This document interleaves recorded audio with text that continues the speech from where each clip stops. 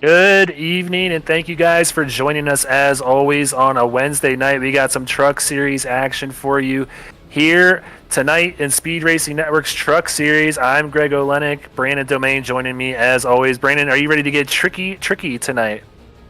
Well, we're tricky with the truckies, as I was saying on Sunday, and yeah, this is going to be a pretty wild one. It can go one of two different ways. I mean, this field could get completely spread out, and we'll see some wide open racing for a lot of it, and maybe go completely caution free if they really get spread out. Or we could see people get real aggressive on that front straightaway and in the tunnel turn, and we could see a lot of cautions tonight. So who knows what we're going to get here? Don't say that. We had a lot of cautions last week when we went short track racing at Richmond, but a new winner to the season, Brad Herman, coming away with that one last week. But we got a whole new racetrack, a whole new layout. It is just a completely different monster that these guys are going to be trying to tackle this week, and it's really going to pose for a great show. So, sorry we got started a little bit late tonight. Had a little bit of technical difficulties, but our producer Sean Griffith hashed them out, and let's get started with the Healthcare Billing Incorporated pre-race show here. We're in Week 8 action for the Tricky 110, 45 laps and one fast repair. But let's go ahead now, move on to the league details as we're trying to hurry up just a tad bit a little here. And it's a 20-week fixed setup season. One fast repair these guys are using, and a $5 week per inch or a $5 entry fee per week. And these guys are racing for weekly and season payouts, with that first place champion coming away with $300. And we allow 5-person teams here as well, with them racing for a $100 team championship as well, Brandon. Yeah, and we're seeing some good racing for both the individual and the team titles as we're just past halfway through the regular season, working towards that playoff that in real life starts this week for the Cup Series guys. We're still a little bit of a way away from that, but still closing in, just 6 races until we get to the playoffs. Yeah, but it is looming. You said 6 races away. We're over the halfway point in the regular season, so now is the time to be making moves up into that top 15 if you want to be racing for that cash you see right there on the screen. But what they're racing for tonight is going to be a little bit less than that, but first place is going to be able to triple their money, come away with $15. Second place going to come away with a nice $10. Third through fifth going to get their money back, so not too bad. Yeah, and you're looking at $5 a week, 20 races over the season. It's $100 that you're putting in, and I know we got Jonathan Byer, who had back-to-back wins, sits there, makes $30 on those 2 races. That's a third of the season right there. So this money does add up pretty quick if you have some consistent success. He got second place last week, so that was another $10. So $40 over the course of 3 races. Not too bad when you're spending $5 a week to get in on the action. But moving on the Healthcare Billing Incorporated pre-race show, season payouts, what these guys are racing for, and something that we love this year, we keep mentioning every week, is they expanded the payouts from 1st through 5th to 1st through 8th. So if you don't make that final 5 round, you are still going to be eligible and racing for something in that last week. But first place, you see it there. We already mentioned it, coming away with $300. Second place, going to get $150. Third place, going to get $90, so almost paying for their season right there. Fourth place, going to get $60. And then if you make that final 5, you're going to get a guaranteed $40. Sixth, going to get $30. Seventh, going to get $20. And eighth, going to get $10. And it just really does add a little bit more to that final race of the season when we get to Atlanta for the championship race. Not only is the top 5 going to be racing for that prize money, but you're also going to have that next group of 5 that missed the cut to make the championship 5 racing for a little bit of money as well. And our team series is going to have that championship payout too. It's going to be real exciting stuff when we get to Atlanta. As we get by each season here in SRN, they just make the rules even better and better, promoting even better racing towards the end of the season. So it's going to be awesome once we get down to the nitty-gritty at the end at Atlanta. But moving on now, let's go ahead and talk about something we always like to offer here to all of our drivers as well as our viewers out there if they are on the sim, and that's Kane Cook Sim Coaching. And I say it every week, I work with this guy quite a bit, not recently as my schedule hasn't allowed me to do so lately, but still, this guy has 2 accounts, both of which are professional accounts, over the iRating of 7,000, and he races in the Coca-Cola Series running for that $300,000 grand prize with the best of the best. So if you want to learn how to get around these tracks, if you want to learn any type of strategy or just getting familiar with a new car, this is your guy. And that last one that you said, that was the big reason I was working with them over the off season, just to help that transition from trucks to Xfinity. And one of the big things that kind of helped out in the process was really getting better and more comfortable about long runs. I know that was something I kind of struggled with at times in the truck, but with the Xfinity car, just kind of figuring out a little bit more of those ins and outs, maybe a little bit more competitive on the long run and saving tires, and that's a big credit to Kane. Yeah, well, if any of that interests you, go ahead and check it out. You can see it right there in the red text. Book your session on speedracingnetwork.com. They got it set up really easily. It's right in front of you. Once you get to the home page, you just follow a few prompts. You pick a time, and then you're on your way. You'll be working with Kane in no time. He's a great guy to learn from. But moving on now, it's a new part of the show here. We want to go ahead and give a shout out to the Revved Up for the Cause race coming up next week. It's a battle of the teams, and this is going to be a really cool event, and it's a charity event for Sadie. We did one of these last year for Daytona, and it's going to be back at Daytona again, I believe. Talladega. Sorry, I knew it was one of the super speedways. So it's 100 laps at Talladega, and it's 3 drivers per team. Each driver gonna have to pay $15 to get their way in, but they are racing for all sorts of prizes. And it's not just the drivers that'll be racing for prizes. The viewers can get in on the action too and win some prizes if they tune in. Yeah, we're gonna have a whole lot going on there. Should be a great event for a great cause as well, and there's gonna be a QR code coming up later in the broadcast. If anybody does want to chip in and donate and get some more information, we'll have that later on. Yeah, Sadie, just to give you a quick a preview, or not a preview, but a quick rundown of who Sadie is. She's a little girl that's battling cancer, so it's just a really good cause that we have put together here.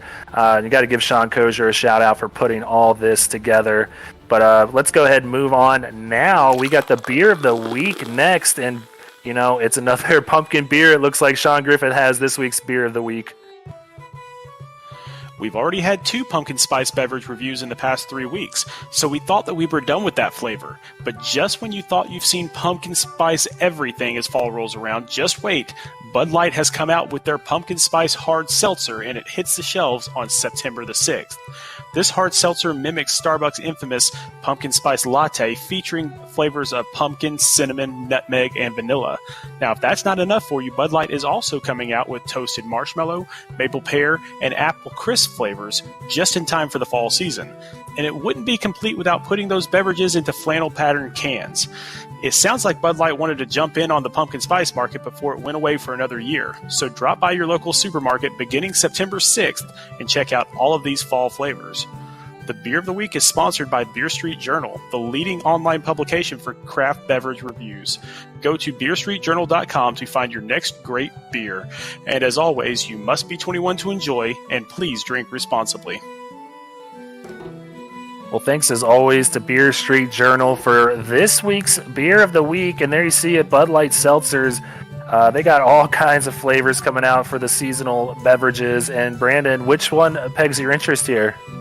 I think we were just kind of chatting there that little bit. The apple one probably, but cause I'm not too much of a pumpkin guy or a pear guy, so I'd probably have to go to the default on that one with the apple. You want to try that toasted marshmallow one. Hey, you know what? If it tastes like a s'more, I'm down. Could be interesting, but if you want to go ahead and learn more about it, go ahead and check out beerstreetjournal.com. But now, moving on the Healthcare Billing Incorporated pre-race show, we're going to check out the drivers inside the cut. And the one leading the way, Jonathan Byers, got a big advantage over his teammate there, Landon Cardullo, a 46-point lead over second. Sean Jensick up to third. Michael Madden in fourth, 2 Rev Racing drivers just after 2 JBR drivers. And then Blair Holloman quietly sitting there in fifth for Zuyos Racing.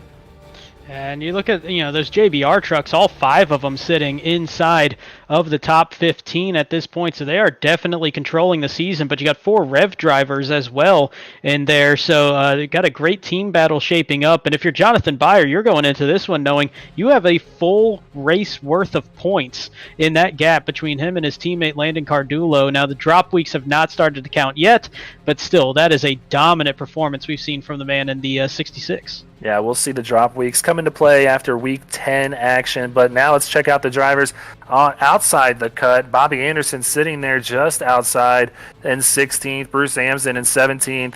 Michael Amenti there also all within striking distance. Kevin Winker has been very fast this year. And another one, Jacob Zala, Evan Scott. There's just all kinds of names down here that you could see easily in the top 15.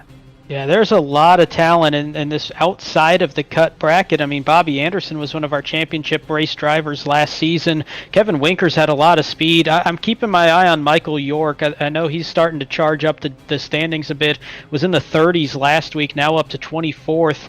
But, they're still only looking at about 25 points from these drivers from, 24th all the way up to 15th. So there's still a lot of time and a lot of ground that could be made up. Yeah, so let's go ahead now, check out these team standings. Jonathan Byer sitting there first, Revd in second, and Next Level Motorsports rounding out our top 3. And these are really just for seeding when it comes to the playoffs as far as the team championship goes. So this really doesn't hold too much water at the moment, but this is important once it comes down to the end of the season.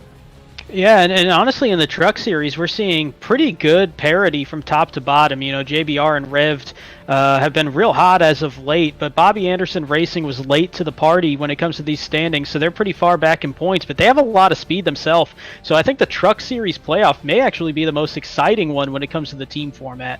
Don't sleep on Next Level Motorsports there with 4 wins sitting in third as well. So exciting to see what happens with all these team championship standings as the season unfolds. But let's go ahead and get into these team introductions here. And the first one is going to be that first place team. It's going to be Jonathan Byer Racing. And like you mentioned, they have all 5 drivers inside the cut right now, having an absolutely fantastic season. Kyle Wimble in the 3, the 13 of Landon Cardulo, the 35 of Jack Johnson. Their captain, Jonathan Byer, with 2 wins back-to-back. He almost got another one last week at Richmond. And then the 75 of James Kerr.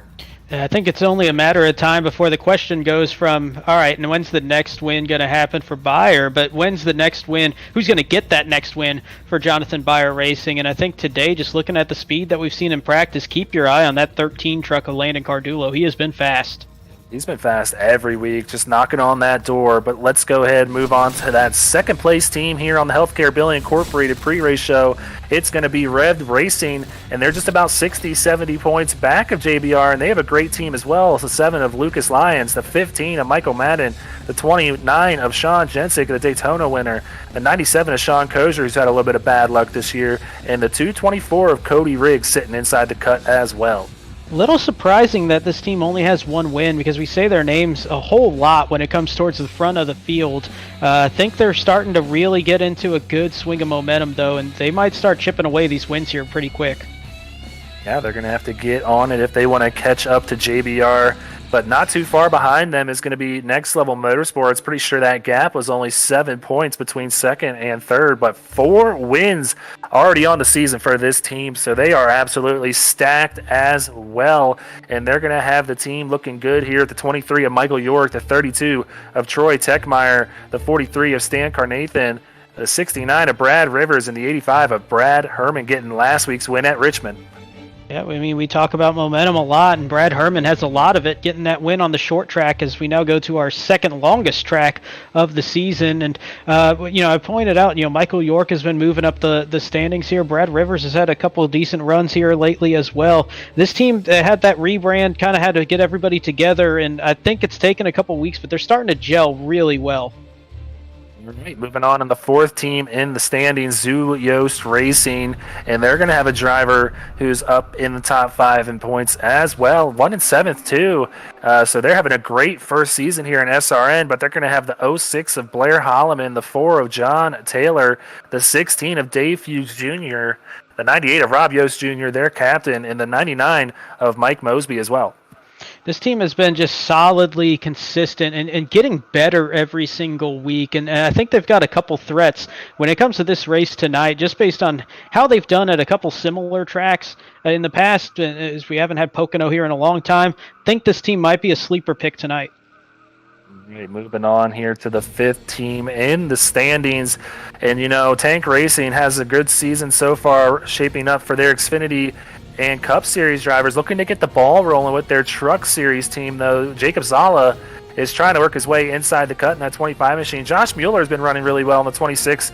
The 63 of Bruce Amston's looking good so far this year, too. 64 of Walt Lipicki and the 79 of Jeremy Duncan going to round out their roster.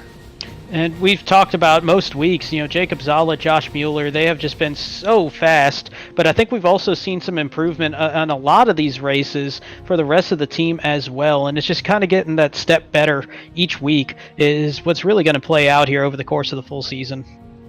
All right, moving on here in the Healthcare Billing Incorporated pre-race show. The 6th team on the list going to be the Do-Gooders, and they're the team that just likes to go out and have some fun. They're going to be the 17 of Danny Setzer, the 24 of Taylor Smith, the 88 of Joseph DuPont, a 90 of Corey Knight, and rounding out their roster, their newcomer, the 239 of Joey Farrell, still looking to see what he can do out there. Yeah, waiting to see his full splash into the series here after a couple weeks in thus far. But Joseph DuPont probably has had the most speed out of anybody out here. He's sitting in the 7th position provisionally in qualifying at this point. So this team's starting to kind of get that little bit going here as this season keeps building. All right, moving on to the 7th team in the standings. It's your team, Brandon Stryker Motorsports, so take it away. Yeah, our team's sitting 7th, not necessarily where they want to be. We've had some tough luck here. I think really in all 3 of the series, it's just kind of been that way. But here this week, it'll be the 1 of Matt Johnson, the 9 of Tevin Whitner. 33 will be Don Milkowitz. 42, Kevin Winker, not too far out of that top 15. And 71 will be team captain Travis Trevelyan.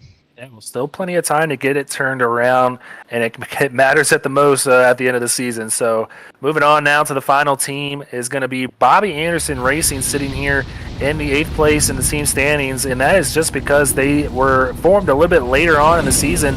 A really good team here as far as their roster goes. Their captain going to be the 18 of Bobby Anderson, the 48 of Evan Scott, the 54 of Jason Kratke, the 55 of Michael Laminti, and the 87 of Andrew Harris, who looks he's pretty fast out there today.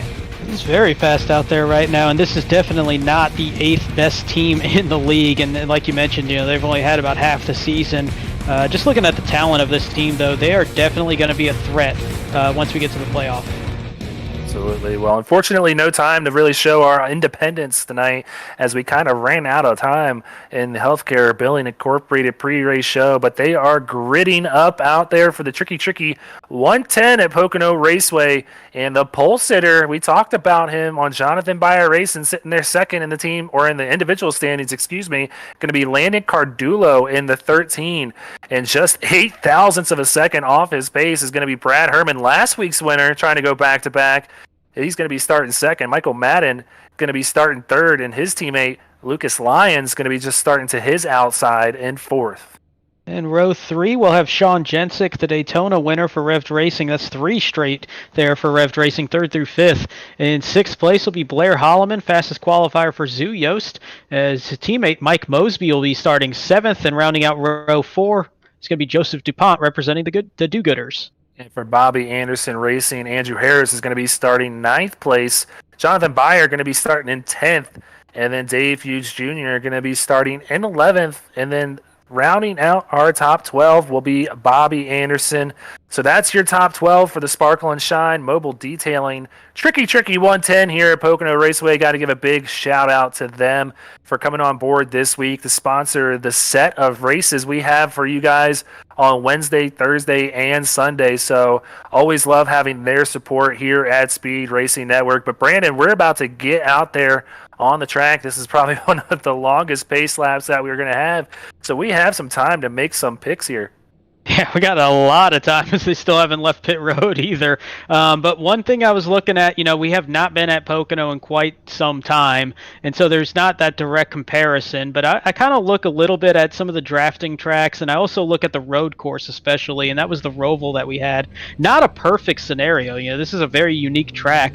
But one person I really liked in that Roval race was Blair Holloman, and he's had some good speed here in practice as well. So I'm really looking to that '06 truck. Think he's going to have a good run here, backing up that third place finish at the Charlotte Roval. I think Pocono might bode well for him. That's a really cool truck, too. Really nice looking truck for the '06 of Blair Holloman.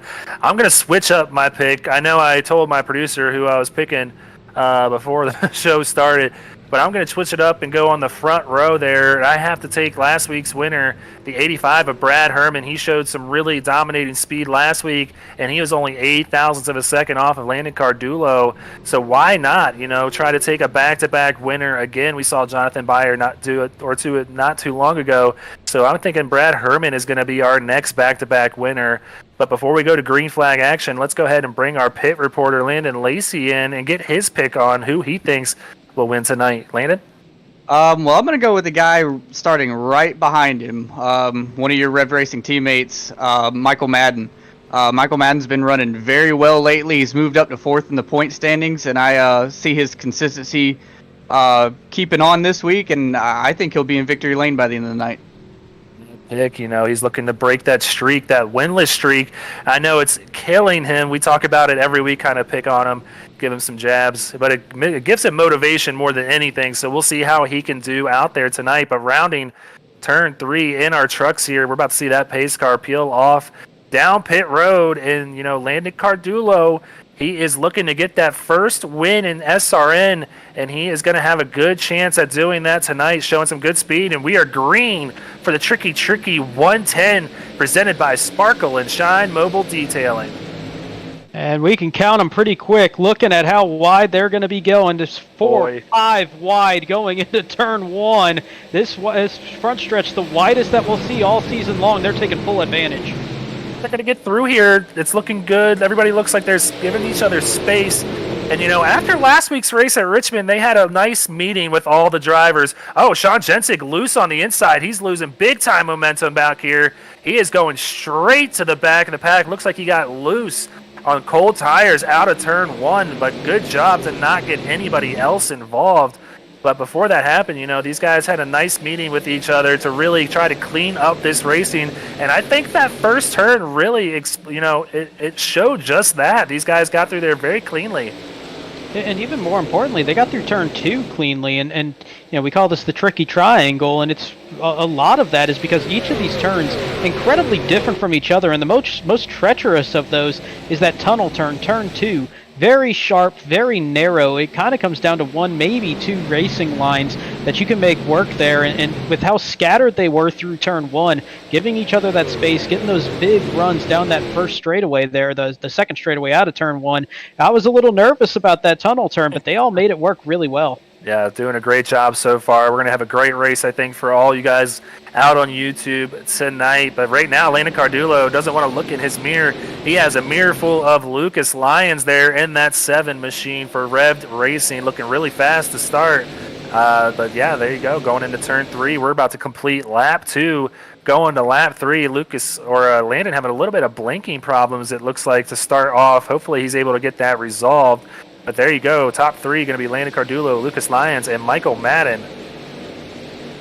And not seeing a whole lot in terms of the top 8, at least, going side by side. They've sorted it out single file, but behind them, seeing a lot of side-by-side racing as that draft is a big factor, especially on these straightaways. You can get some good runs there. If you get any bit of momentum coming out of turn 3, you can use that draft to some big effect down that front stretch. No side-by-side battles inside the top 10, but just outside of it, we got battles all over the place as Mike Mosby was under attack there by Jonathan Byer. And want to give a quick shout-out, if I can, since we are on a JBR truck. They have absolutely gone and just outdone themselves with the paint schemes this week, honoring those 13 service members who lost their lives in Afghanistan. I wish we could get closer to the truck, but we can't. But Jonathan Byer and all of the trucks have each one of their names on here, and they just look absolutely beautiful. So we love seeing that. Yeah, we got quite a few trucks in the field doing some sort of paint scheme in their honor, and well, that's a abrupt turn away from that comment, but we do have our first caution of the night. Brad Yonkman off into the pit road now. Looks like he's got some heavy damage on the right side. Yeah, we'll get back to that point a little bit later, but let's go ahead and check out our Beer Street Journal Rec replay. As always, please drink responsibly, and let's go ahead and see what happened to the 93 here. Might have just got loose on his own here. Not involved. Oh, somebody else gets into the wall big time there. Not sure who that was, and that sent the 93 just hard to the inside wall. We're going to try and see exactly who that was. Not too sure, honestly. Couldn't really see the numbers with how the glare was on the truck, but this is one of the hardest turns in NASCAR. Honestly, I can't still tell who that was. Was that Michael York? No, I think that was Bobby Anderson. It might have been Bobby Anderson. No, I believe that was Brad Rivers, guys. Brad Rivers, okay.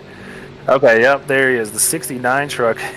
Everyone's running awesome paint schemes this week, but different paint schemes, so it's hard for us to really tell. But yeah, he just drove the exit of that turn, getting really hard. Another look at it. Might have had some help. The 55 washing up the track, sending the 69. So there we go. We finally get what exactly happened here on the first caution. Unfortunately for Brad Rivers and Brad Yonkman, both of them going to have heavy damage and going to have to use that fast repair early on in this race to get that truck moving again. So not what you want when we're only on lap 5, but taking a closer look here, this is what we were talking about. Each of these trucks have all of the service members who lost their lives over in Afghanistan. So just want to say our prayers go out to their families and friends and just everybody involved. And we can't say enough about, soldiers paying the ultimate sacrifice.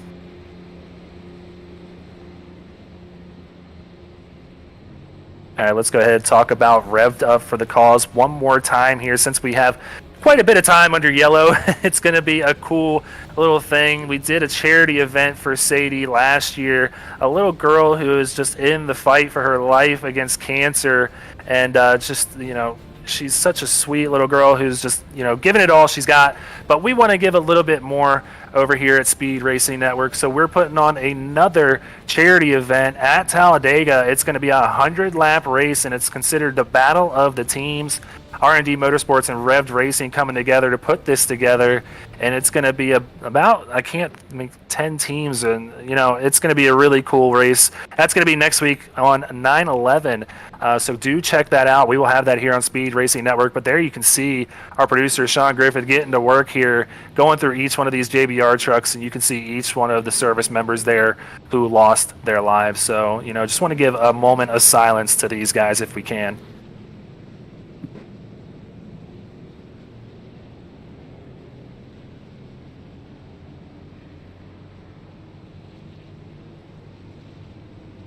Well, as always, it's just, it's really hard to deal with.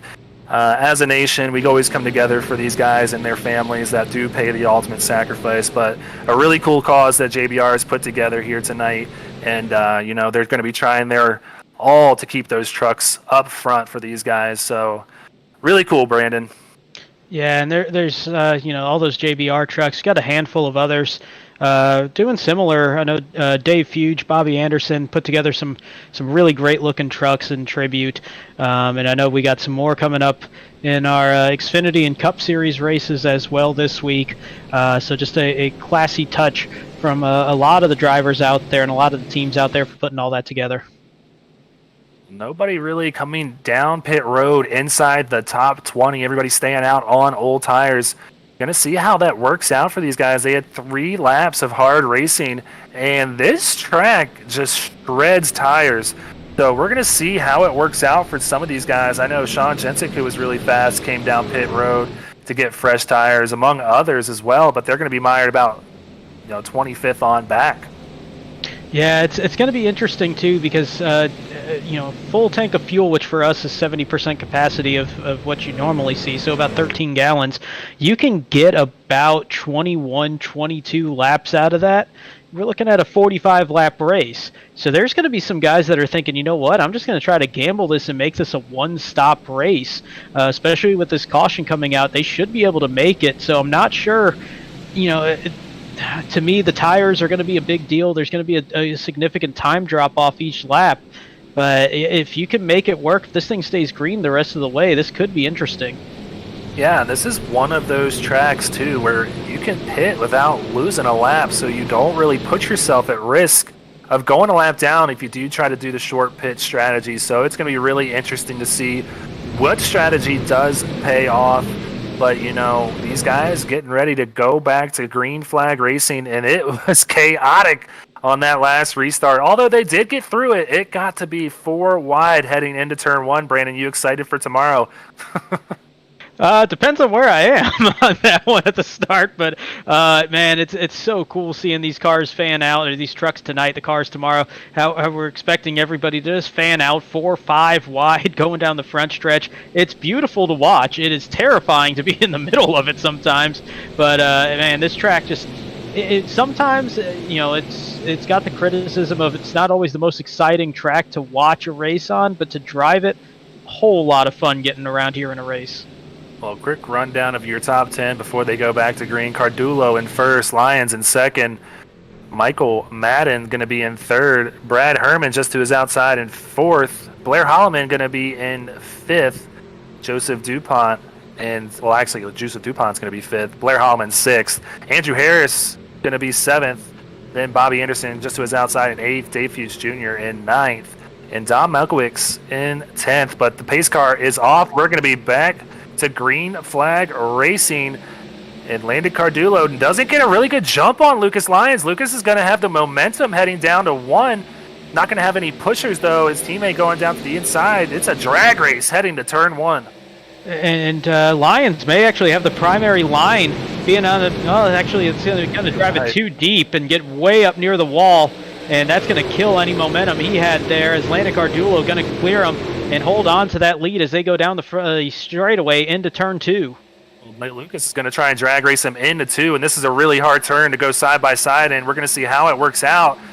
Wow, gets really close to the rear quarter panel there. Lucas going to have to check up a little bit. Now Michael Madden going to be looking to get past that 7, but no momentum to do so just yet. Lucas Lyons and Landon Cardulo sorted out. Landon Cardulo, we're back under yellow. Sean Jensick involved in this one. A big hit to the inside wall for the 29 machine, the Daytona winner in the first race of the year. I believe that was Walt Lepicki going to his outside there as well. So those two trucks were involved in this second caution. Some real aggressive racing back here on fresher tires. These guys were all just pitting not too long ago. So let's go ahead and check another Beer Street Journal wreck replay here. There we got the 29, Sean Jensick coming out of the tunnel turn, and it looks like there was just all kinds of trouble in front of him, and checked up. Whoa! What? That was... that was net code of all net codes. That is unbelievably bad luck there. I'm not going to be too sure if there was a truck there that just blinked out. Let's go ahead and see if we can see it from right here, if someone blinks out. Yeah, Walt Lepicki blinked out right there. Gets into his rear there and just turns him around. He's going to have to get that damage fixed, because that is not going to be fast here at Pocono. My goodness, that is just a very frustrating deal there for Sean Jensick. You get Lepicki blinks out after that contact, and it's very possible that contact was going to happen anyway. I would say that's probably a 9 out of 10 likelihood. But when they blink out, you don't know where they're going, and so you're just guessing completely at that point. And to get caught up in it without seeing where that other truck was, that is a tough pill to swallow there for Jensick. Yeah, unfortunately for him, he has some really good speed here. He was like one of the top 5 fastest trucks in practice, but a lot of time left in this race, and they're going to get it sorted out. I have the faith that these guys are going to get down to it and get some good racing going on here. But another look at these JBR trucks. I want to go ahead and give a shout out to a few more that have them. I believe Bobby Anderson also driving one of these trucks, honoring those service members who lost their lives in Afghanistan. And I know there's a few others. I'm just trying to rack my brain for a quick second. I think Dave Fuchs Jr., also another one of those guys who is running one of those paint schemes. Yeah, Dave Fuge Jr. running in 6th has a great looking truck. I know Bobby Anderson. We were trying to get a shot of him. He actually came down pit road, so that might be where we had a little bit of trouble seeing him on that one. But there's a look at Dave Fuge Jr. with that's a very nice tribute there on that truck. All these guys are painting these trucks themselves, so really putting in the time and effort to honor those soldiers who lost their lives. A beautiful memorial right here on the hood of the 16 of Dave Fuge Jr. for Zuyos Racing, so you love to see that. So please keep these families in your thoughts and prayers. Another one for Bobby Anderson here. He did an absolutely fantastic job memorializing these guys as well. So this is just one of the best things about SRN. Such a great family aspect, and they love their country. We all love our country here, and you love to see this type of stuff. And coming from a military family, my dad and grandfather both served for a long time, and it's just something that seeing these tributes, it always kind of hits a little bit close to home. But these just great tributes on these trucks, and really well done. Just applause for everybody that's done this.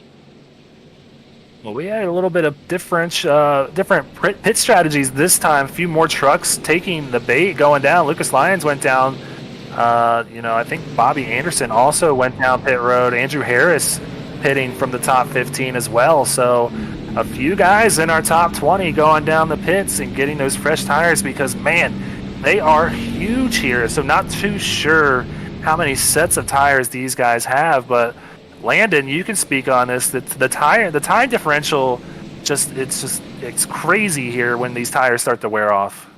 Yeah, and it's not a bad idea to come down right now. I know we haven't ran that many green laps on these trucks, but between the start of a run, if you can run a whole fuel run on these, you'll see 2 seconds, maybe even up to 2.5 seconds of fall off on these tires. One thing I want to touch up on real quick, Lucas Lyons did come down pit road. However, he did not take tires, so it's going to be interesting to see what kind of strategy he has up his sleeve at the moment. Interesting. Yeah, that's a bold move there, but hey, he must know something we do not, and he was looking fast there before that last caution, so maybe just wants to top off the fuel a little bit to get him to halfway, maybe getting him, a one-stop strategy under green if they do go green. I don't know. We're going to see exactly what he's doing here in a second as we round turn number 2. Pace car lights are off. These boys are setting up to go racing again, and as you saw there, a little bit of dicey action in turn 2 last time, getting a wreck here between Walt Lipicki and Sean Jensick, but these guys are doing a great job as far as the rest of the track goes of keeping off of one another, because it can get crazy heading into turn 1, and I have to imagine we're going to see that again once they go green. It's so much like Phoenix with that dog leg now, where you're going to see cars and trucks scatter all week long here at Pocono down that front straightaway. It's an opportunity, especially on these restarts, to get a lot of positions in a quick manner, and I think that's just going to be the thing. Every single restart, we're going to see some wild 4 or 5 wide racing. Under green flag conditions, Landon Cardulo gets a little bit of a better jump this time, but Michael Madden not too far behind him. He is going to be trying to drag race him down the front stretch, but Brad Herman getting a big whiff of that draft. Michael Madden going to try and clear the 85, not going to be able to do so. Brad Herman's going to be looking to the inside. They're going to be drag racing off of turn 1, heading to turn 2. Seeing them 3 wide at points through turn 1, and that's definitely doable. Probably the turn that's the easiest to go 3 wide around here, but there you can see a great shot. Everybody all scattered as they head towards that tunnel turn. Oh, I think that's Kyle Wimble that shot down to the inside trying to make some room there, and everybody's still good as we get half the field, now the full field through the tunnel turn there, and that was tight for a lot of drivers. So there's a couple guys heading 3 wide into turn 3. They sorted out. But right there, the top 5 sorting itself out. Jacob Zalo getting into Mike Mosby a little bit there. No harm, no foul, though. They're going to get a good run here and go 3 wide, probably down into turn 1. Kyle Wimble getting all that draft from the 25. He's going to take a peek to the inside, try to side draft a little maybe. He's going to just be patient for now and just let Jacob Zala hold the spot for the time being, try to set him up out of 1, heading down to 2. very tight drafting there, trying to maximize as much of that run as you can into turn one. And the interesting thing here with this track, you have 3 incredibly different turns, and yes, it's a fixed setup series. You can't really change a whole lot, but even in that setting, you're always going to have one turn that just does not fit your style, as well as the other 2. It seems very rarely you're going to have somebody that's good on all 3 of these turns, just because of how different they are. And I think it comes down to, you just got to minimize your struggle in that one turn that you just do not get as well as the other 2. Yeah, this is one of the most difficult tracks to really hammer down, just for the fact that there is no consistency as far as anywhere on the track. You could be fast in turns 1 and just absolutely a slug in turns 2 and 3, because all these turns are different. The turn 1 mirrors Trenton Speedway, turn 2 is a replica of Indianapolis, and then turns 3 is, I believe, Milwaukee. So these are 3 completely different tracks that each one of these turns resembles. Man, you can even see it on that shot there, just with the drop-off on the banking on turn 1. You're not going to see that in turn 2 or 3. They're a whole lot flatter. Turn 3 just kind of baits you into trying to get aggressive through here, as we see some side-by-side racing now in turn 3. As it's Brad Herman on the outside of Michael Madden, and Herman going to get shoved up towards the outside. He might have caught the wall just a little bit. Yeah, not too sure if he got into the wall there or just really got out of it enough to stay out of it, but that was tight racing there, heading in turns 3 between Michael Madden and Brad Herman, costing Brad Herman a lot of spots. He is back in 7th now after heading into turn 3 in 2nd place. So we're going to have to really work hard to get that track position back. But a little further on back in the pack, we got some tight racing between John Taylor, Andrew Harris, and Danny Setzer, among others. 3 wide there on the track. Gonna get that sorted out to 2, but might go right back to 3 wide with the run that you're seeing from the 17 and the 26. Whoa, tight moment there. Danny Setzer kind of getting into that line, nearly making a little bit of contact there, but everybody's still good through that tight run in turn 2. Little speculation. I'm thinking he thought Josh Mueller was on his inside there. So we see a pass here from Nathan De La Rosa on Dom Milkowicz. That's going to be for 8th place right here. Drag race down the front stretch. But yeah, I think Danny Setzer thought Mueller was to his inside there in turns 2 and didn't want to cut his nose off. So that's probably why it looked the way it did. But right here, a battle going at it right here for the 9th place position. Excuse me, I said 8th a little while ago, but this is for 9th. Going to try and get another run off of 1 here, get that draft, and try to stick that nose to his inside of the 33 heading into 2. Not sure if he's going to be able to do it this time. Going to take a look here. Nicely done on that run and getting that inside on the tunnel turn. Going to make quick work there of Don Milkowicz and taking that 9th spot. That was pretty textbook there from De La Rosa in the 61. Well, we are back under yellow. Caution is out here on the track. Jack Johnson and Cody Riggs going to be the 2 trucks involved this time. And from the positioning on the track, I'm going to go ahead and guess that somebody got into the wall on the exit of turn 2 and just collected another truck. Let's go ahead and find out for sure on the 3rd Beer Street Journal Rec Replay.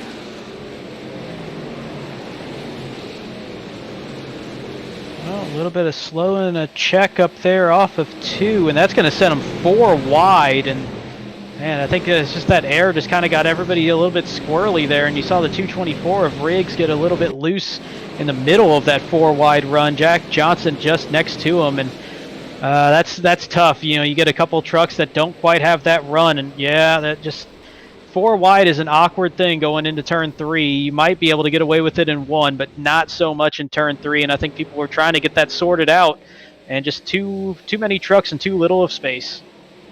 Yeah, and it's a really hard track to be patient at and just let that spot go and just wait for your time, because this is a very big track, so it's momentum based. So you don't want to lose too much speed going down these straightaways and kind of let these guys sort it out. So sometimes you just want to get that position when it provides the opportunity to do so, and that's exactly what we just saw right there. I believe the 224 saw a moment where he could get in between those 2 guys, although a lot of guys probably would have waited a little bit longer. But there you go on the screen now. You got your QR code for the Revved Up for the Cause. Like we said, we're raising money for Sadie. Lots of prizes involved for the drivers as well as the viewers. It's going to be next Saturday, September 11th, 9:30 p.m. Eastern Time, 8:30 p.m. Central Time. Going to be doing it at Talladega Super Speedway, 100 laps. If you want to donate, you can just scan that QR code provided to us by our producer, Sean Griffith here. It'll take you right to the link on PayPal. And, this is just one of the great charity events that SRN, as well as, Sean Kozier from Revved Racing, have put on here. And it's just, definitely take the opportunity to do so if you have the ability to do so. It's a great cause. Great cause. And I know last season, Daytona, we had a lot going on with that, and some great raffle prizes and things like that a lot of good came from the event last year. Looking forward to it again here this season with Talladega being the setting of it. And definitely, if you're able to do so, please scan that code and donate if you're able to. Every little bit helps. Right, well, we are under our third caution of the night for the Trucky 110 presented by Sparkle and Shine Mobile Detailing. So right now, a little bit of strategy paying off for Andrew Harris, as he is now our leader in that 87 truck. And he did stay out among pit stops happening on the track, but Andrew Harris was fast in practice, so this is a good strategy for the 87 who we saw running just outside the top 20 not too long ago. And I do believe, and Landon, you might be able to confirm this, I do believe he came in just before the caution came out, though, so he might be on fresh tires as well. I wasn't really watching pit road. If he came down before the caution came out, I'd have to go back and check that. Telemetry is showing he is on 10-lap old tires. Looking back, he pitted. I want to say he pitted on either lap 10. On lap 10, I believe lap 9 is when he came in. A good strategy. The one person I'm worried about, though, is he stayed out this caution as well, and we talked about him last caution when he came down and didn't take tires, is Lucas Lyons. He came down and took fuel, but didn't come down this time to take advantage of fresh tires. And I think that's really, really going to hurt him on this run. Well, I'm going to have to talk to Sean Griffith. We might have to fire Landon Lacey. He's our pit reporter, not paying attention to pit road.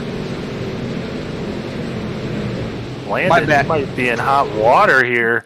That's my bad, man. I'm telling you, I'm a racing fan, man. It's hard to keep my eye off that racetrack. All right, just giving you a hard time. But, yeah, we will keep an eye on these guys. We have 8 guys that did not go down pit road this time. Michael Madden going to be the first one off of pit road, coming out ahead of Landon Cardullo. So Michael Madden going to be 9th. Landon Cardullo starting in 10th. So they have some guys to get by if they want to get back up to the point in this race. But our leader at the moment going to be Andrew Harris. Matt Johnson going to be in second. Looks like Andrew Harris opting to take that outside line on the restart. John Taylor going to be third. Lucas Lyons going to be fourth. And then Bobby Anderson going to round out our top 5 as we head through turn 3 to go back to some green flag action. We're going to see this pace car peel off here not too soon. And on this restart, keep your eye on the 1, the 4, and the 42, as I don't believe either of them have made a pit stop just yet. So you're looking at the oldest tires in the field by far on this restart. Andrew Harris gets a good jump on the field. Going to break away from the pack, man. He really got all of it out of that one in that 87. You see the shuffling taking place. Oh, Picky takes a spin, and Landon Cardullo involved. That was our leader before this round of pit stops, and Landon Cardullo with some significant damage to the front end of that truck. Gonna have to get that fixed here.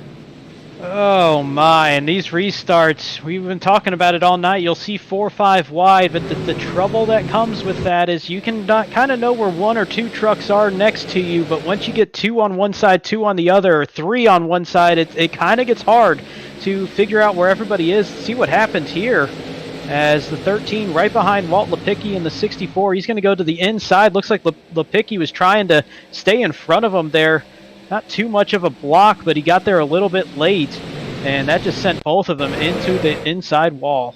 Well, if they can get a rear chase shot from our producer here, it might be old Enkel Netcode taking, making an appearance. I have a feeling from the looks of that might be Netcode written all over it, but that could bode disaster for this 13 truck, as he might get the cause caution penalty here.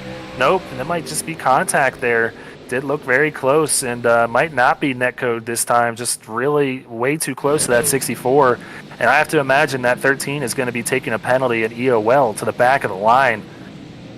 I mean, I think it's going to be back of the line regardless, because he's going to have to come in and get that damage fixed. He did a good job of trying to slow up and almost missed that inside wall, but did make that contact. I would imagine he's going to have to make a pit stop here and use that fast repair, as he's been leading the whole way up until that last caution, so no damage that he's had to fix thus far. But Andrew Harris, that strategy working pretty well so far, as he got a great jump on that restart. And he's going to be the leader up until right now, because he's making his way, it looks like, down pit road, unless he's doing a juke. But nope, actually coming down. Going to come down and get 4 fresh tires. That's going to give the lead to Lucas Lyons in the 7 machine. But, you know, these cautions give us a lot of time to talk about a lot of stuff. So let's go ahead and give you guys a rundown of our top 15 here in the Truck Series. Jonathan Byer, for Jonathan Byer Racing, going to be in first. Landon Cardulo, we just saw him caught up in that incident that's going to put him to the back of the pack after leading the laps that started this race. He's going to be sitting in second. Sean Jensick, not too far back, also has had some trouble in this race so far, sitting in third for Rev Racing. Michael Madden having a great showing so far. He's the first car with fresh tires out there on the track, sitting in fourth place right now. So Blair Holloman going to round out our top 5 for Zuyos Racing.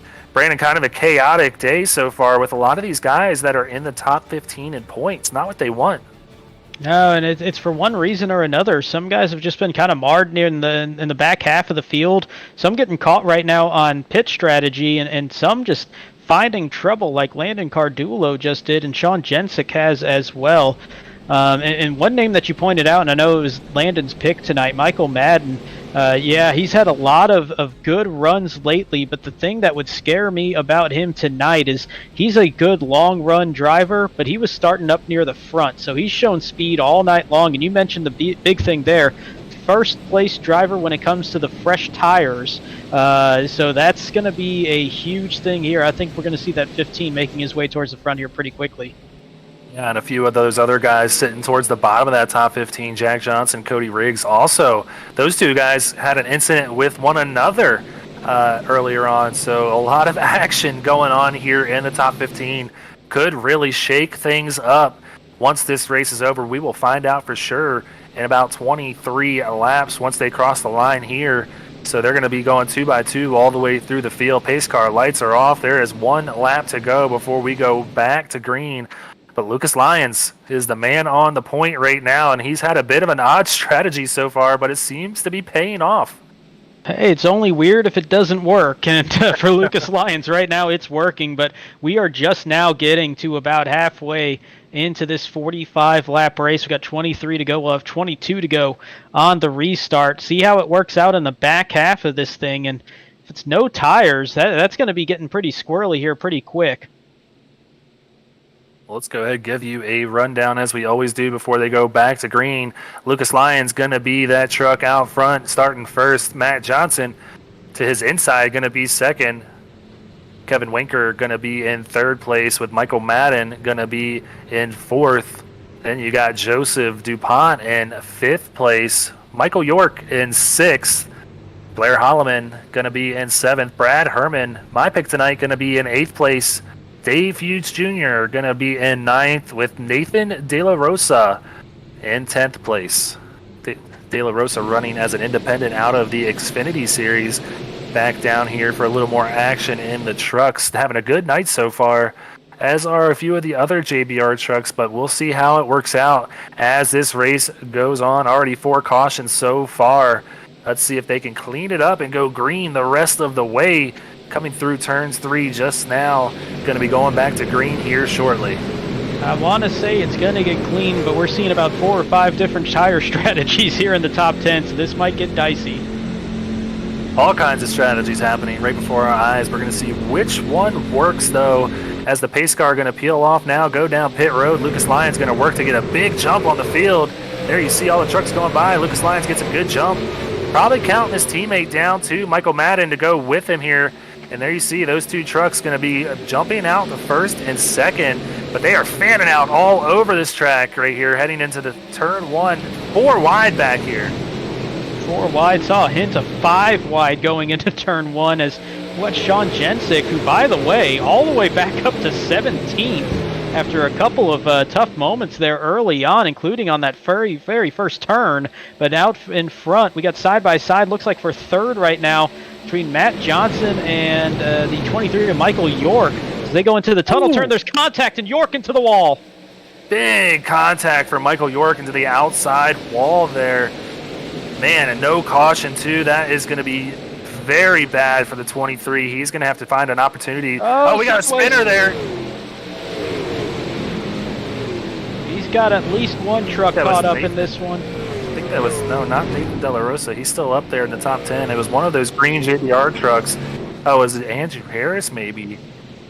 Josh Mueller involved, possibly Jack Johnson. We're going to have to find out exactly who it was in our 5th Beer Street Journal wreck replay, but you saw it there happening live. Somebody got caught in the middle of all the action heading through turns 3 here.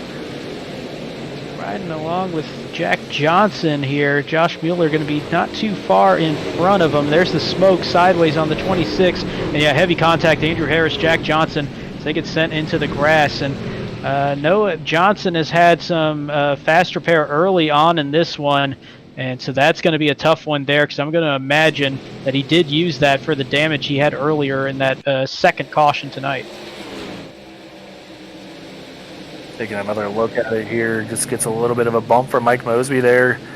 Mike Mosby sends it in deep there in turns 3, spinning the 26, and that just sends him right down in front of Andrew Harris. Just big damage on the 87 and the 35 of Jack Johnson. And we just mentioned Jack Johnson not too long ago sitting inside the cut, but not by much. That could be really bad for him exiting week 8 here and maybe falling outside the top 15 if he can't get that truck fixed. Couple real rough weeks there for Johnson in the 35.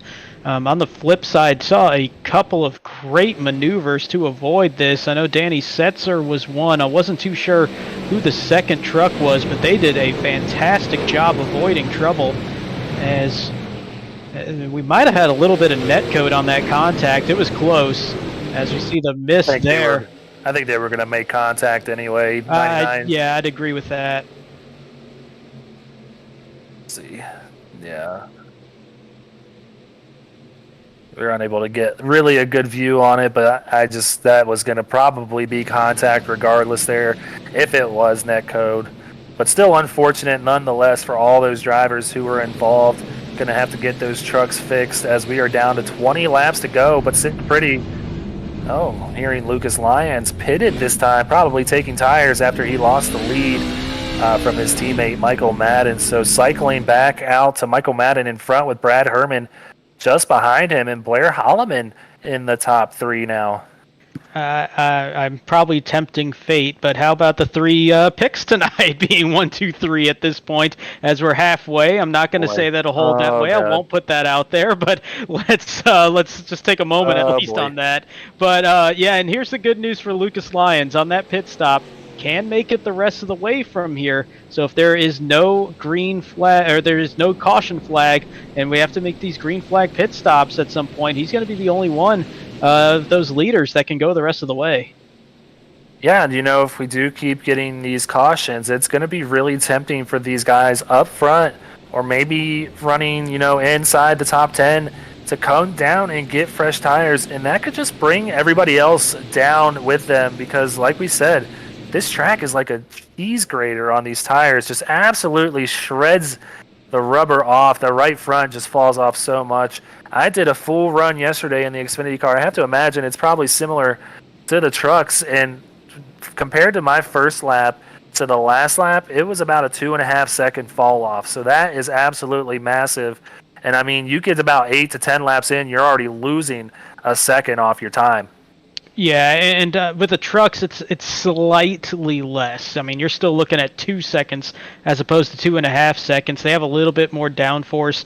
They don't have to get as intense on that right front, especially, but it still wears them out incredibly quick. And part of that is just because of the nature of the track. It's so different in every corner that you just have a hard time of really getting consistent runs in there, and it makes it very difficult to have a smooth line around an entire lap.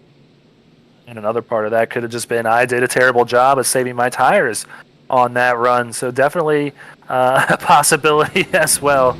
But still, you know, it's just something to consider for these guys as these cautions keep rambling off here. We're on our 5th one already.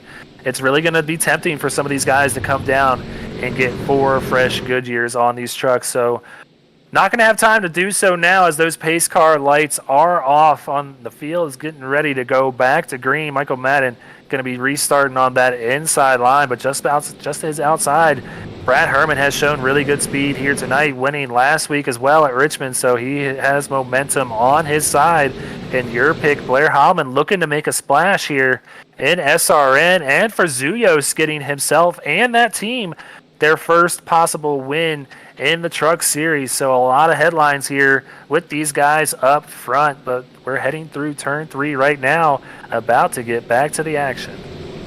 And we're seeing a very different top 10 than what we saw about 20 laps ago in the early going in this thing. And you're going to see a lot of names trying to make their way up through the field. And one of those, Sean Jensick, up to 12th. He picked up 5 spots in a hurry on that one lap of green that we saw in that last run. We're back to green flag action here at the Trucky 110, presented by Sparkle and Shine Mobile Detail. And Michael Madden getting out to the front here.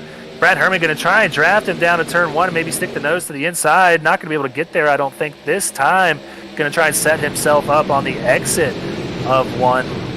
Might have a little bit of tension here between these two drivers, too, as Michael Madden and him kind of got into it there exiting turn 3 not too long ago. We're back. Under huge yellow, wreck. Big wreck back here. We got Josh Mueller, Tevin Whitner. Can't see who that is against the wall. That's Kevin Winker, Rob Yost, the 69 of Brad Rivers. A whole lot of trucks there coming out of the turn. Just, I'm guessing somebody got loose on cold tires, I would imagine. Let's go ahead and check out our 6th Beer Street Journal wreck replay of the night. Figure out exactly what happened here. Heading into turn 1, 3 wide here between Matt Johnson, Josh Mueller, and Amenti. See exactly who makes contact where. Matt Johnson getting the apron and launching up into the 26, and then nowhere for anybody to go. Gets into Tevin Whitner there, and it is just chaos after that. And saw a lot of trucks get real torn up in that one. And honestly, I was watching the start of it, seeing that little chatter right there from the 26. I thought that's where that was actually going to start. Maybe got loose or something driving deep, but no, that little bit of contact there.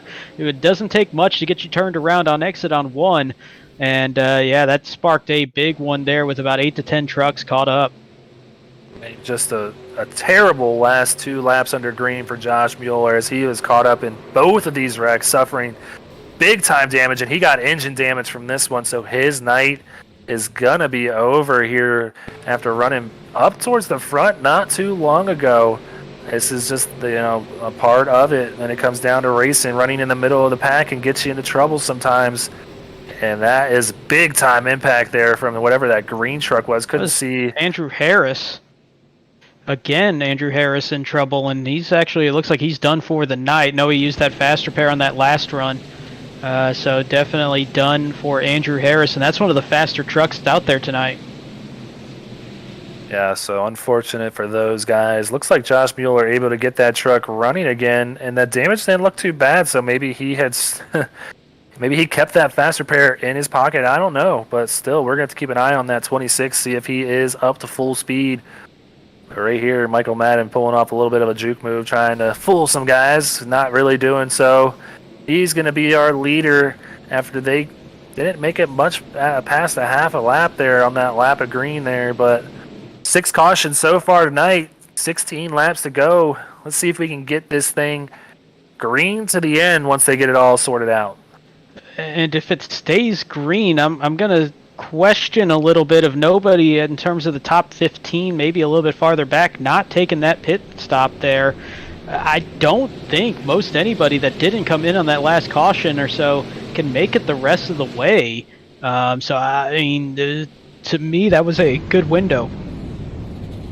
Yeah, he's saving fuel here, so they might be able to do so. It's going to be close, though.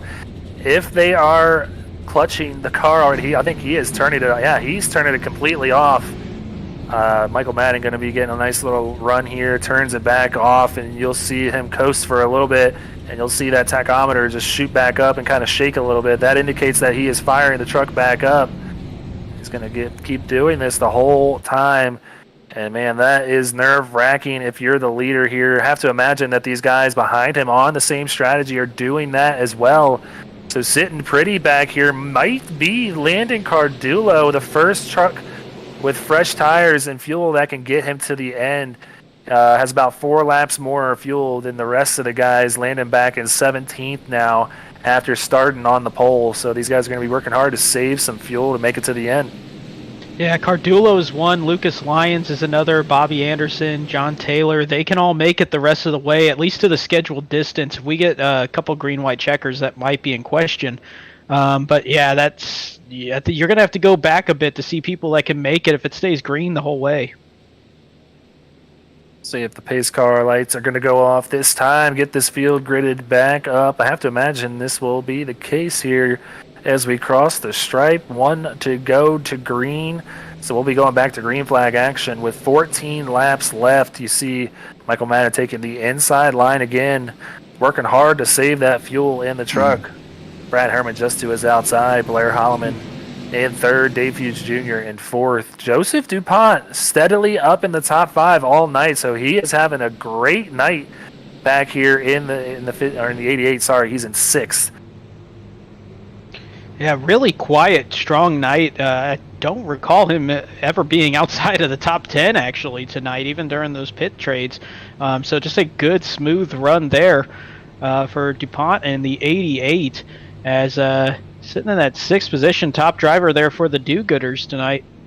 I want to give a quick shout-out to our 10th place driver right now, Sean Kozier, who's had absolutely terrible luck so far this season, and he is our sponsor for tonight's race. He owns Sparkle and Shine Mobile Detailing, so we got to thank him for coming on board for these 3 Pocono races this week. But man, he has not had a good finish all year long, running inside the top 10. So having a great night by his standards. So good to see Sean running up there. Hopefully he can pull it off and come home with a top 10 in that 97 red, white, and blue machine. But, man, we are about to get back to the action. Brandon, what do you think we're going to see? You think these guys are going to be a little bit more patient with only 15 to go? Hard to see that with the opportunities and the runs you can get coming out of these turns. And I think this restart and any restart we have after this is going to get wild down the front stretch because these positions really at a premium at this point in the race. We only got a third of the way to go. Pace car about to go down pit road. Michael Madden going to try and get a good jump on the field. It's going to make him wait a little bit, but Brad Herman not falling for it. These guys going to be drag racing down to turn 1. Michael Madden with a little bit more momentum, but Brad going to be getting some draft off of that 15 truck. Not going to be able to pull up to the rear like he wants to do right here. They're going to go through 1 by 1, single file through turn 1. Blair Holloman just behind him, 3 wide here between Minty and then it's facing Trucky. Michael Minty bailing out there. Boy, I'm sure this is what Landon Cardulo loves seeing. It is wild back here as he is trying to make his way back up to the front. And he's got a lot of team company there, too, as you see the 75, James Kerr, the 66, Jonathan Byer, right there in line with him. If they can get lined up and start working their way through, utilize the draft where they can as well, this could be actually a big run-up here towards the front for that JBR trio. And we got one around turn 2. Yeah, back under yellow again. Big wreck back here, but for Michael Minty and Rob Yost getting into one another. Dom Milkowicz as well. Not sure who this black truck is as well, but also involved Matt Johnson. Another one, I think it was Bobby Anderson. Oh yeah, he keeps his number back on the rear quarter panel, so a little hard to see, but Bobby Anderson also involved after having a good start to this race. So some tough trucks here, having a rough night. But let's go check out our 7th Beer Street Journal wreck replay of the night.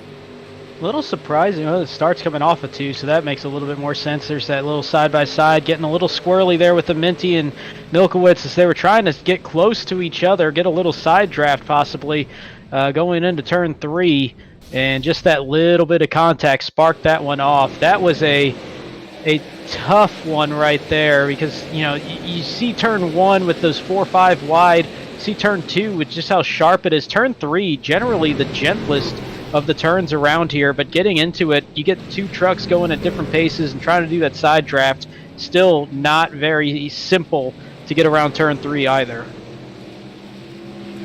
Well, so much bent sheet metal happening tonight. I really thought that this was going to be a green flag type of race with how big this track is, but man, some really tight racing between these truck drivers here.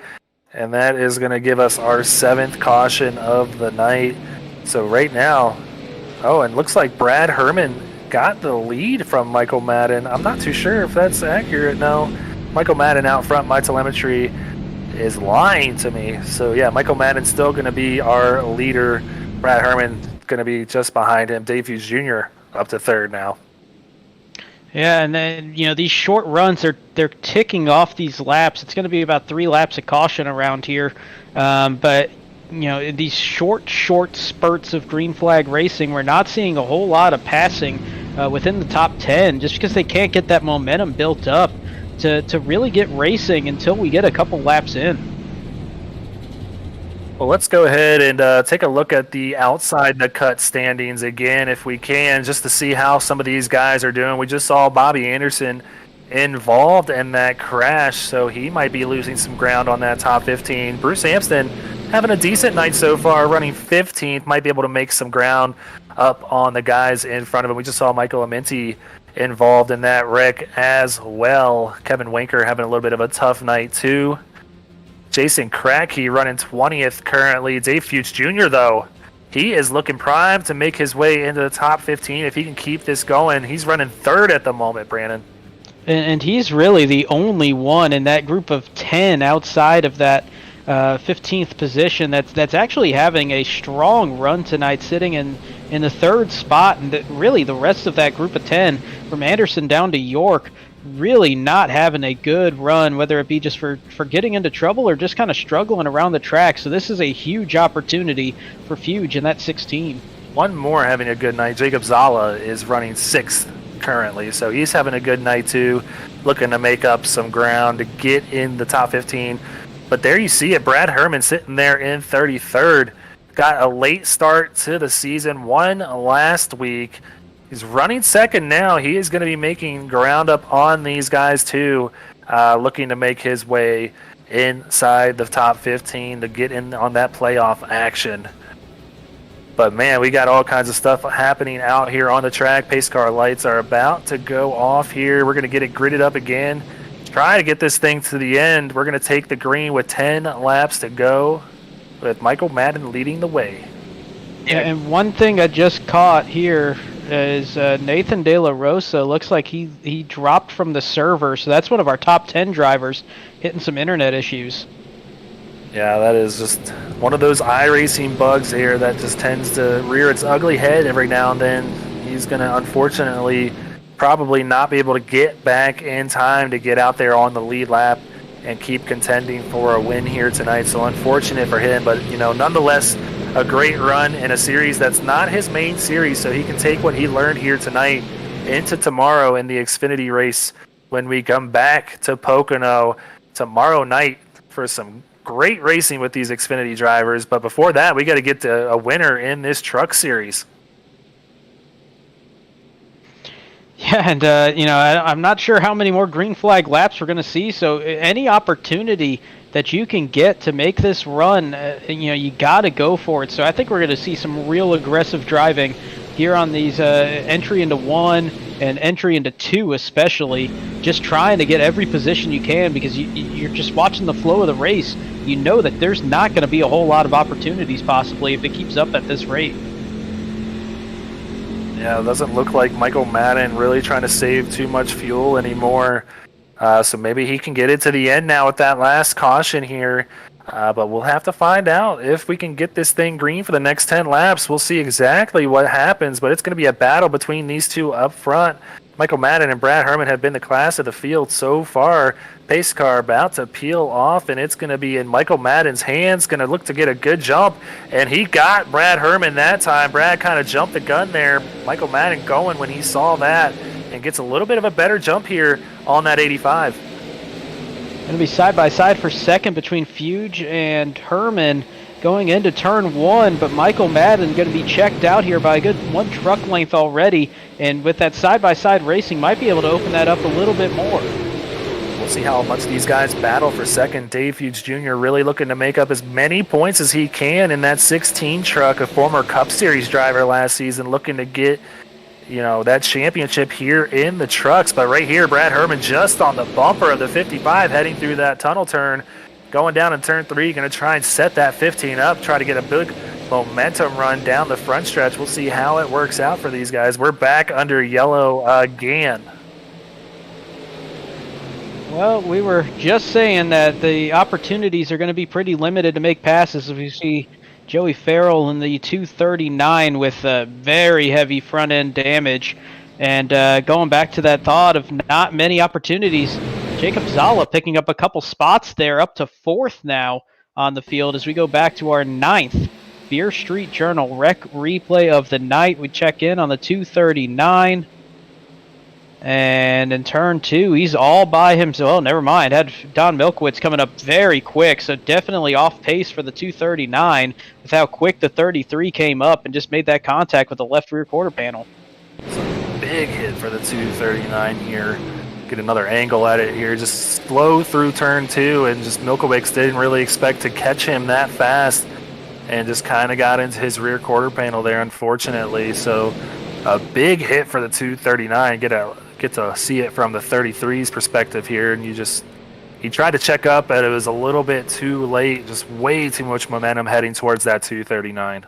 Yeah, at first I thought 239 might have been off pace because there was nobody really around him, but I think it was just a real aggressive run through turn 2, and if there was nobody there, he would have stuck that, but having the 239, Don Milkowitz in that 33 just did not have room to pull off that kind of pace through that turn.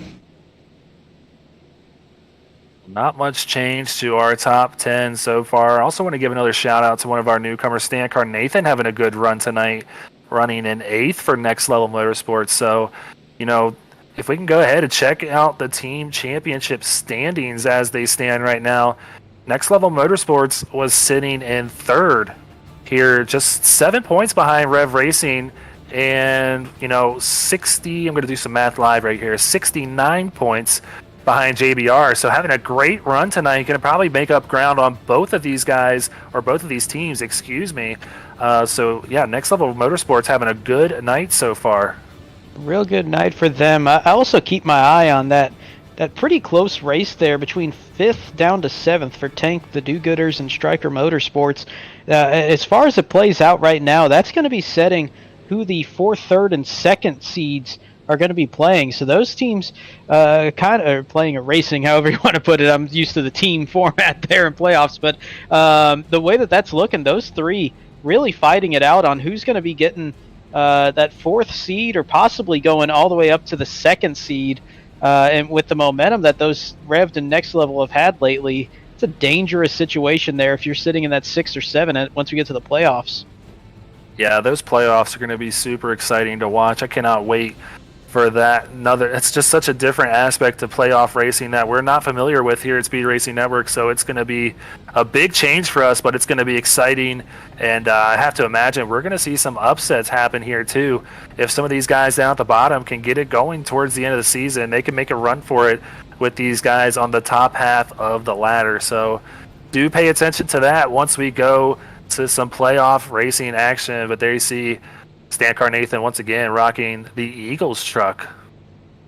Everybody's got their favorite, so we'll let him have that in the Eagles there as football season getting started here pretty soon. We're not too far away from that, so definitely getting excited, even though I am a Panther fan. Not always a whole lot to get excited about, but, another year, another hope. Oh, boy.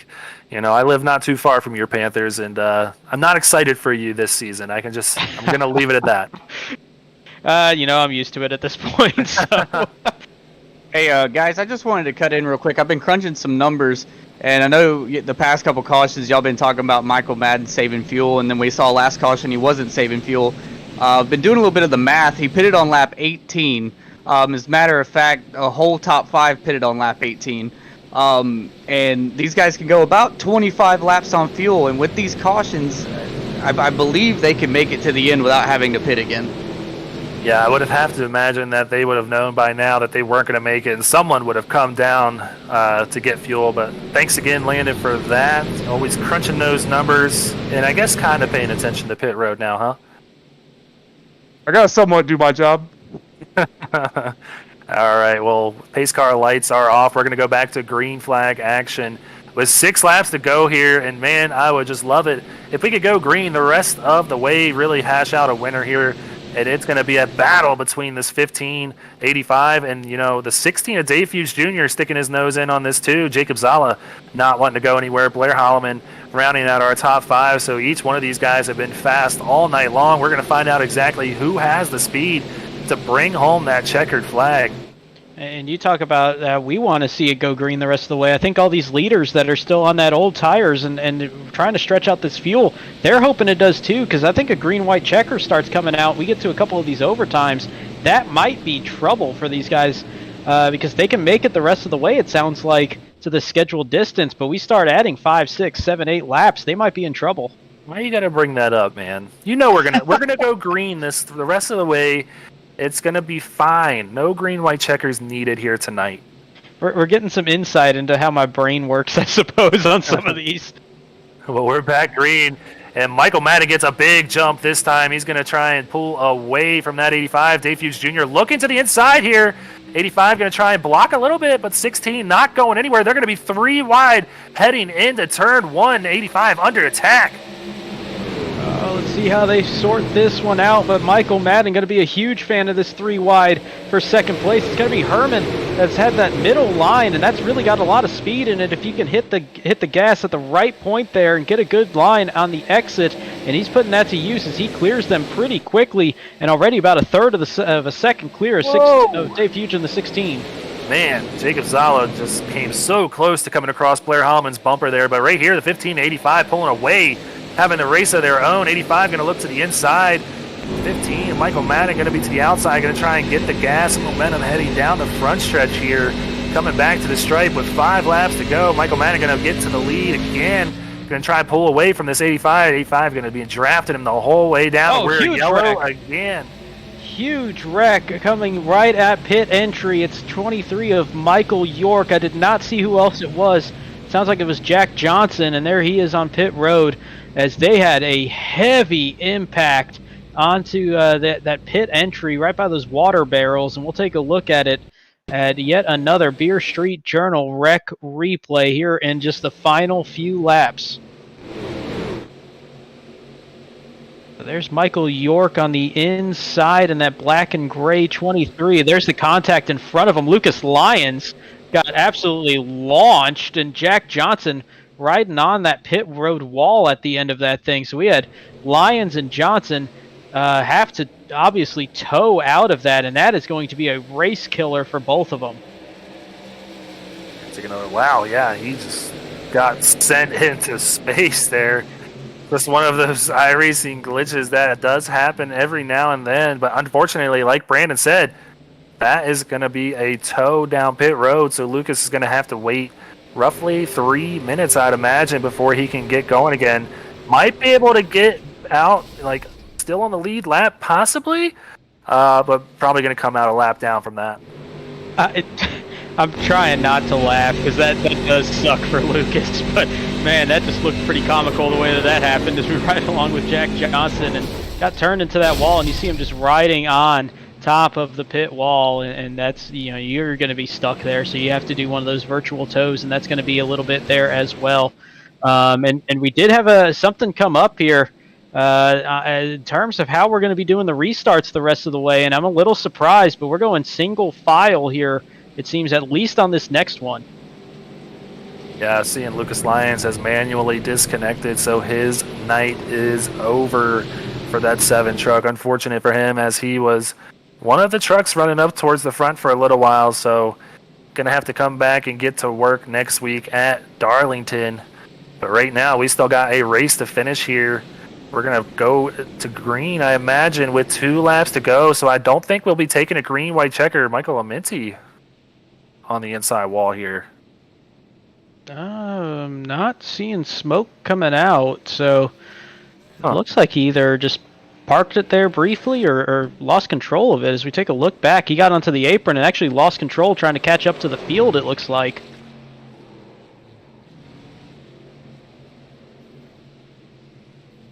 Oh. Well, that damage not going to bode well for the 55, but pace car lights are still on.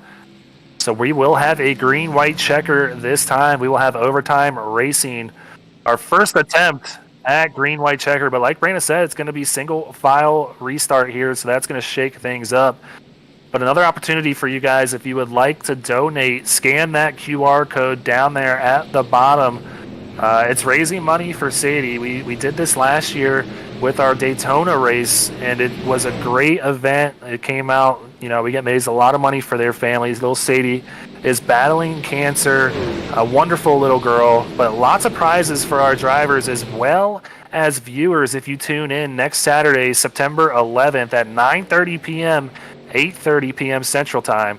And that's, like I said, at Talladega this time around. It's going to be 100 laps. So please, if you guys have the ability to do so, well, not anymore, but I hope you hope scan that QR code once we go back. But there you guys see it. Charity event for Sadie. A little bit of team racing with the twist, a battle of the teams, R&D Motorsports and Rev Racing putting this together. Still a couple spots available if you are interested and possibly have a team that wants to participate. Please get a hold of Sean Kozier. But like I said, that's going to be September 11th next week. The race will be at 9:30 p.m. Eastern Time. But there you see all our sponsors on the screen. Got to give a big shout out to them. They helped Sean reach his goal of raising a certain amount of money for the family, but we are still taking donations for Sadie. So please scan that QR code if you would like to do so. Yeah, huge thanks to the sponsors that are helping out on that. Huge thanks to everybody putting this one together.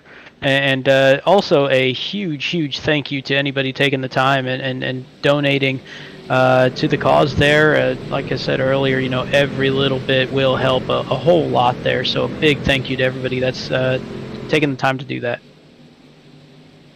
Well, like I said, that is next Saturday, but we got a race tonight to get a winner in. And the leader right now, Michael Madden, has gone through quite the winless streak. He was off to a hot start last season in the Truck Series, winning just, I believe it was the first 2 races of the season.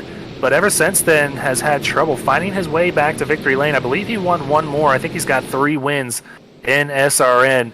But still, he wants to win badly, so he is going to be trying everything he can to keep that 15 truck up front. But Brad Herman getting his first win of the season in that 85 last week, looking to go back-to-back in that 85 for Next Level Motorsports. And Dave Fuchs Jr. ran the Cup Series last year, looking to get his first win in Speed Racing Network and climb inside the top 15 to make his push for the playoffs, as well as Jacob Zala behind him. So 3rd and 4th really trying to make their way in the top 15, having great runs tonight so far. And Blair Holloman sitting there in 5th, looking to get his first win in SRN, as well as Zuyost's first win in SRN. So all kinds of storylines, Brandon. Yeah, and we're seeing a big mixed bag of teams as well in our top 6. Top 7, actually. I believe that's 7 different teams, if I'm counting that right.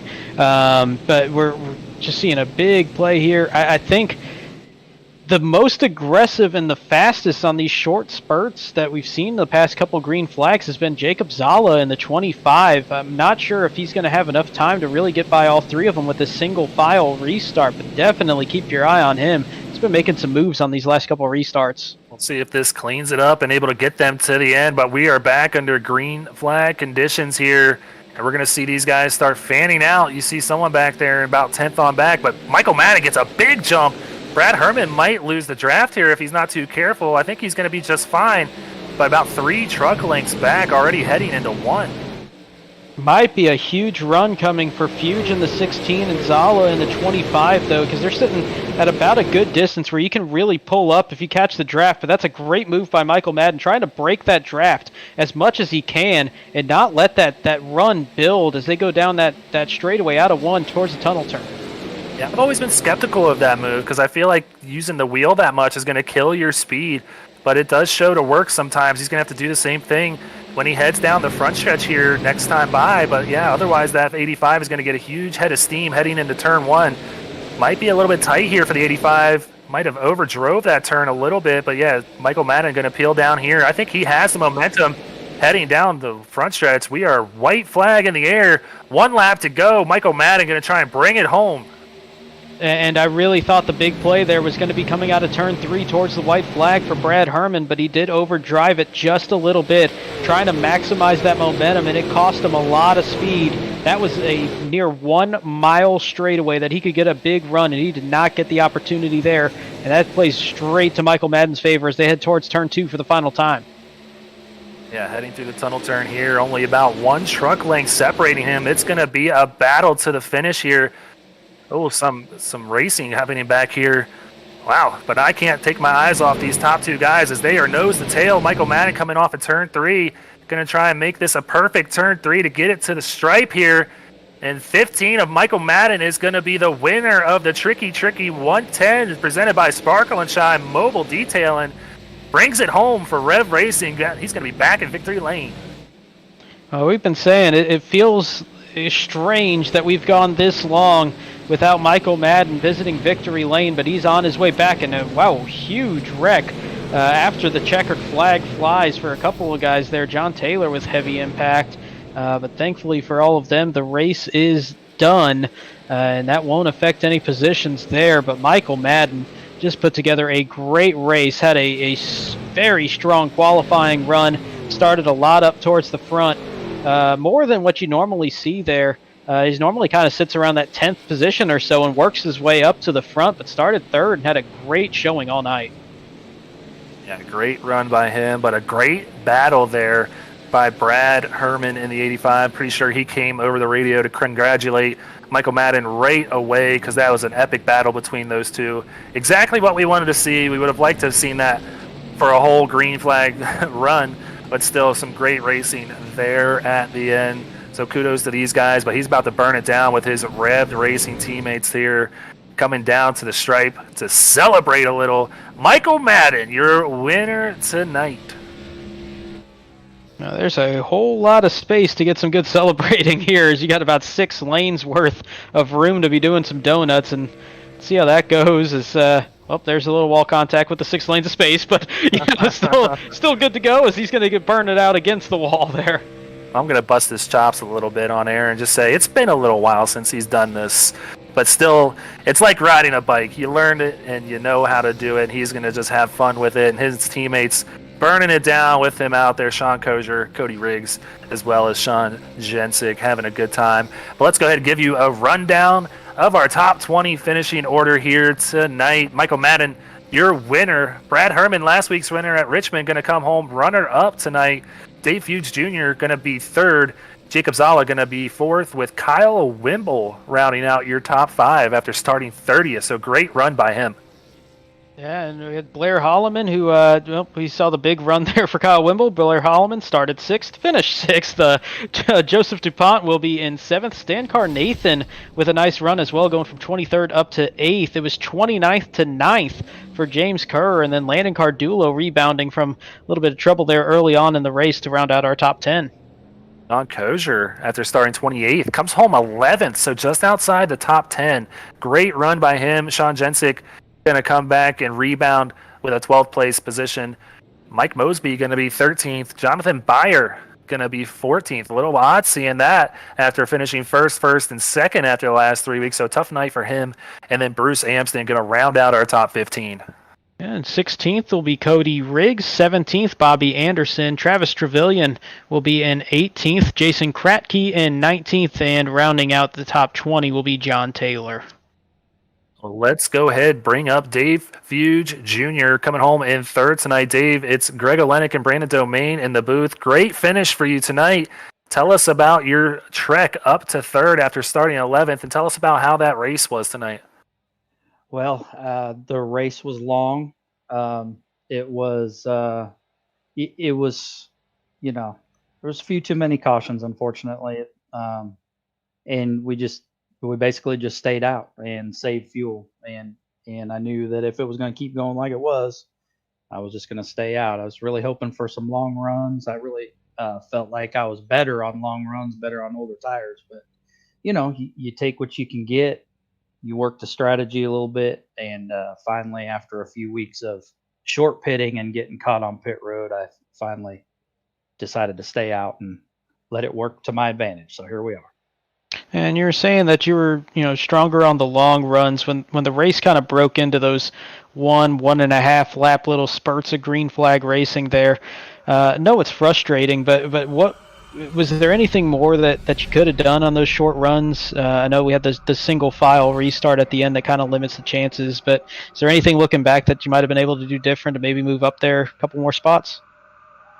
It's hard to judge what your tires are going to do after a few speed up, slow down, speed up, slow down, and I was even saying to my teammates on that last little run there that it's like I didn't really know how far I could actually drive it into the corner because I've got 30 laps since I pitted last time, but how good are the tires really? So I was probably being a lot more cautious than I needed to, but you just don't know. So I was just trying to be cautious and made sure I brought it home because Lord knows I've shot myself in the foot plenty of times this year. So I needed to just finish one out and get back in the good luck side of things again. Yeah, well, you needed that to get back into the top 15, so looking to do that after this week. But a great run for you tonight, Dave, finishing on the podium. But before we let you go, would you like to give any shout-outs, any love yous, any thank yous to any friends or family out there in the chat? Yeah, as always, thank you to Diamond Motors and their support and those great diamonds in the rough they got up there in Lakewood, Washington. You need a good used car and you're up in that area, that's who you need to call. And of course, we got the special paint scheme tonight honoring the 13 fallen soldiers from the attacks in Kabul a few days ago.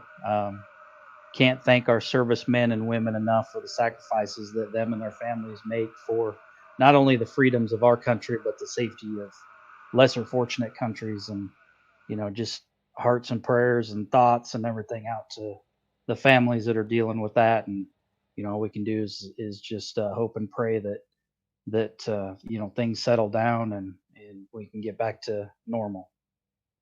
Yeah, we couldn't agree with you more, Dave. We took a good look at your truck, and it was awesome, man. And we love seeing that from everybody in this truck series. You guys, everybody did a great job of honoring those soldiers and all their families out there. So we appreciate that up here in the booth, and I'm sure everybody else does as well. But congratulations, Dave. We will send you back down to Zoo Yost, and you can go celebrate with your team tonight, man.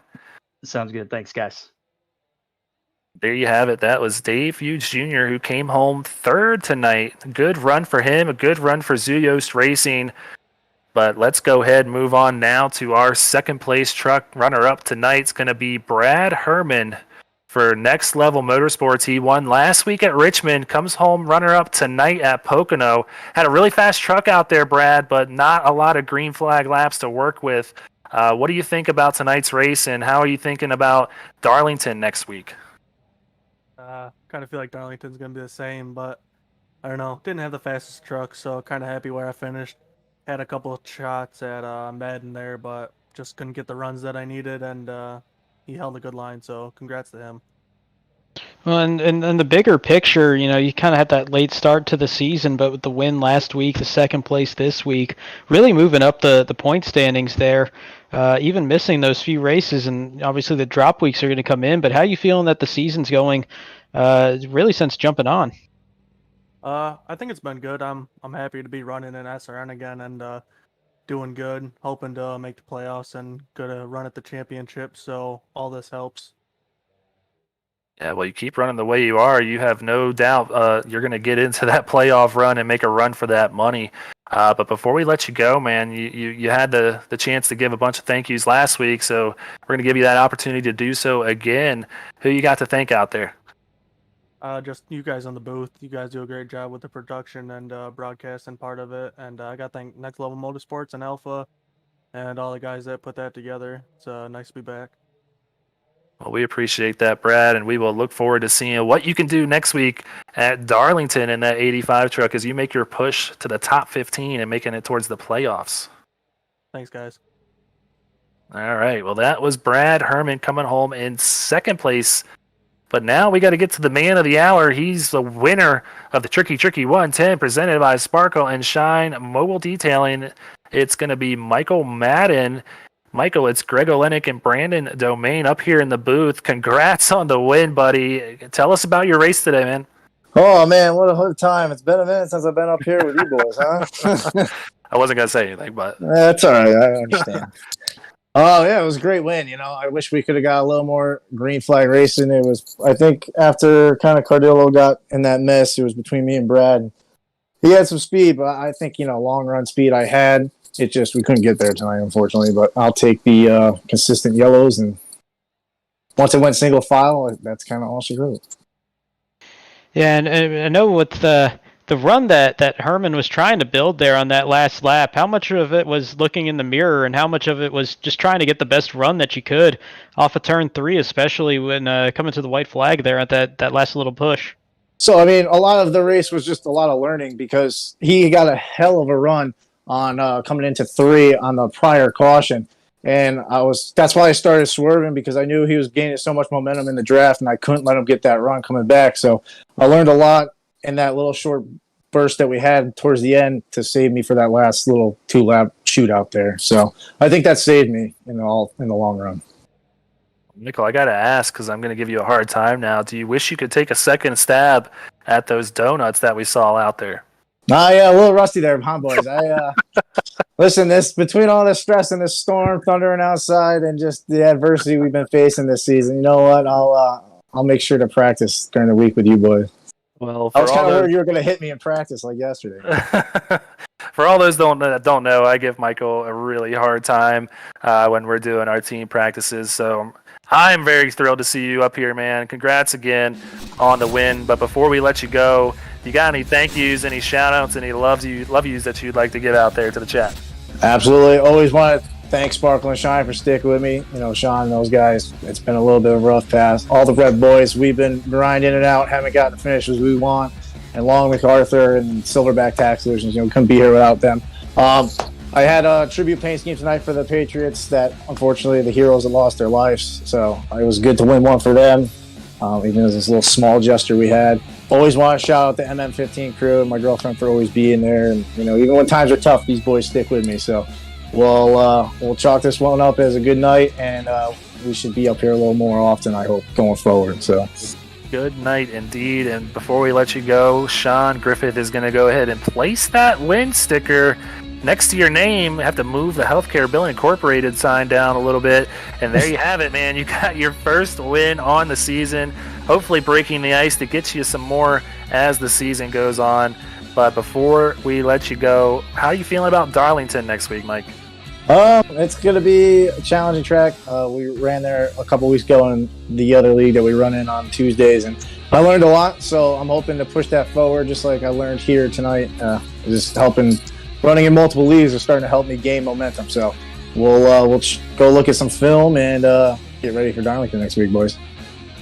Send you back down to your team. Congrats again on the win.